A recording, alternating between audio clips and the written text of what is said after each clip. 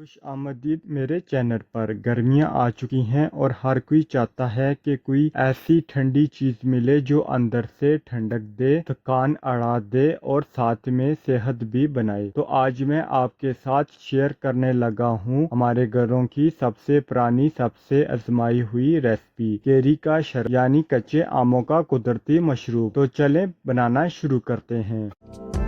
सबसे पहले मैं लूँगा 4 कच्चे आम। मैंने इन्हें पहले कुछ देर पानी में भिगोकर रख दिया था ताकि जो भी केमिकल या प्रिजर्वेटिव लगे हों वो उतर जाएं। अब छुरी से इनका छिलका उतार लूँगा। अगर आपके पास पुलर है तो आप पुलर से भी आसानी से उतार सकते हैं।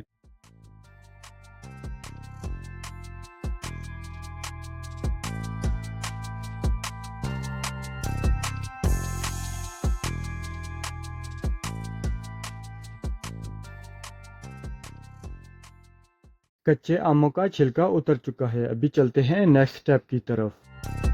अब मैं एक देगची लूंगा और इसमें चारों आम डाल दूंगा, साथ में पानी भी शामिल कर दूंगा। अब दो तरीके हैं, अगर आप कुकर में बनाएंगे तो बस 2 सीटी लगवानी होगी और अगर आप देगची में बनाएंगे तो 15 से 20 मिनट अच्छे से पकाएंगे जब तक आम नरम ना हो जाएं।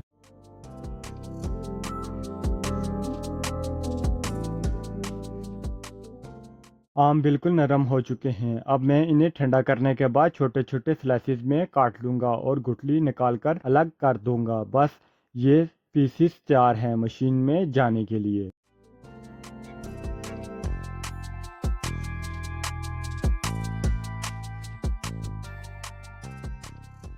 कच्चे आम हमारे स्लाइसिस में कट चुके हैं। अब मैं इसमें शामिल कर देता हूँ ताज़ा पुदीने के पत्ते। मैंने आधी गठी पुदीने की डाली है। ये ड्रिंक को और भी ज़्यादा रिफ्रेशिंग बना देगा।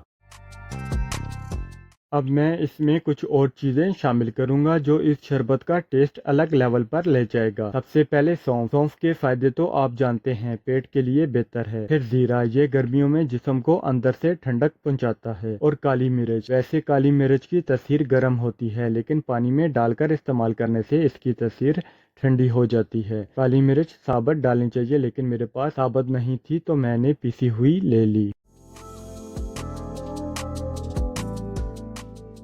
अभी मैं एक फ्राई पैन लूंगा और इसमें सौंफ, जीरा और काली मिर्च डाल दूंगा और हल्की आंच पर थोड़ा सा रोस्ट करूंगा। रोस्ट करने से क्या होगा, फ्लेवर बिल्कुल इनहेंस होगा और साथ में नमी खत्म हो जाएगी।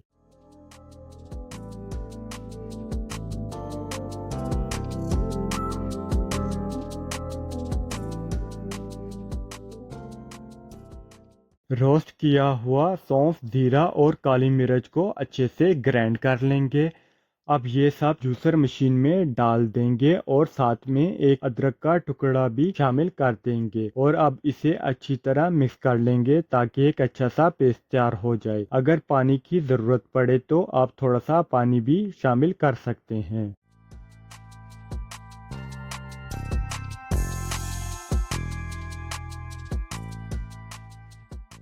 अब चाशनी तैयार करते हैं। मैंने 2 कप चीनी ली है और साथ में 1 कप पानी शामिल कर दूंगा ताकि चाशनी अच्छे से तैयार हो जाए। आप चाहें तो चीनी की जगह मिश्री भी डाल सकते हैं या गुड़ भी, लेकिन गुड़ से कलर और टेस्ट थोड़ा सा चेंज हो जाता है। जो पसंद हो आप वो शामिल कर दें। चाशनी तैयार हो चुकी है। अब इसमें कच्चे आमों का पेस्ट शामिल कर देता हूँ और हल्की आंच पर अच्छे से मिक्स करते हुए थोड़ी देर पकाऊंगा। और हाँ, अक्सर लोग इसमें फूड कलर डालते हैं लेकिन मैं नहीं डालूंगा। आप चाहें तो आप डाल सकते हैं।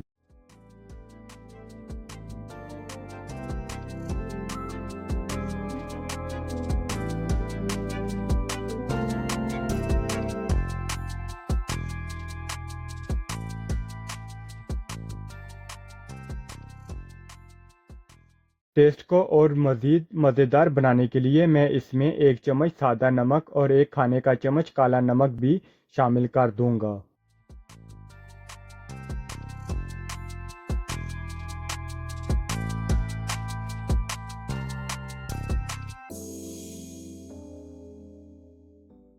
और आखिर में 2 से 3 चम्मच नींबू का रस शामिल कर देता हूँ, इससे शीरा जमेगा नहीं। और एक काम की बात, आप ये शरबत फ्रिज में रखकर 20 दिन तक इस्तेमाल कर सकते हैं, ये बिल्कुल ख़राब नहीं होगा।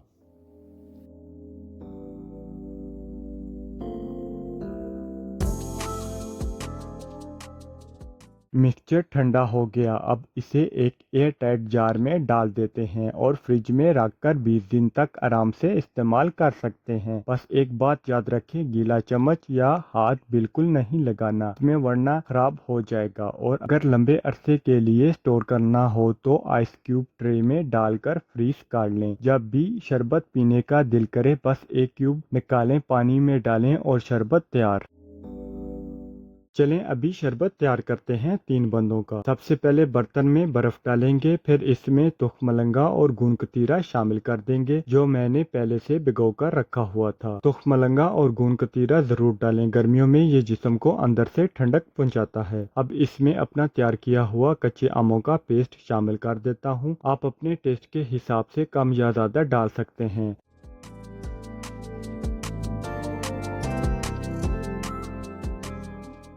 अभी सबको अच्छे से हिला लें और अगर मीठा ज़्यादा पसंद हो तो थोड़ी चीनी भी डाल लें।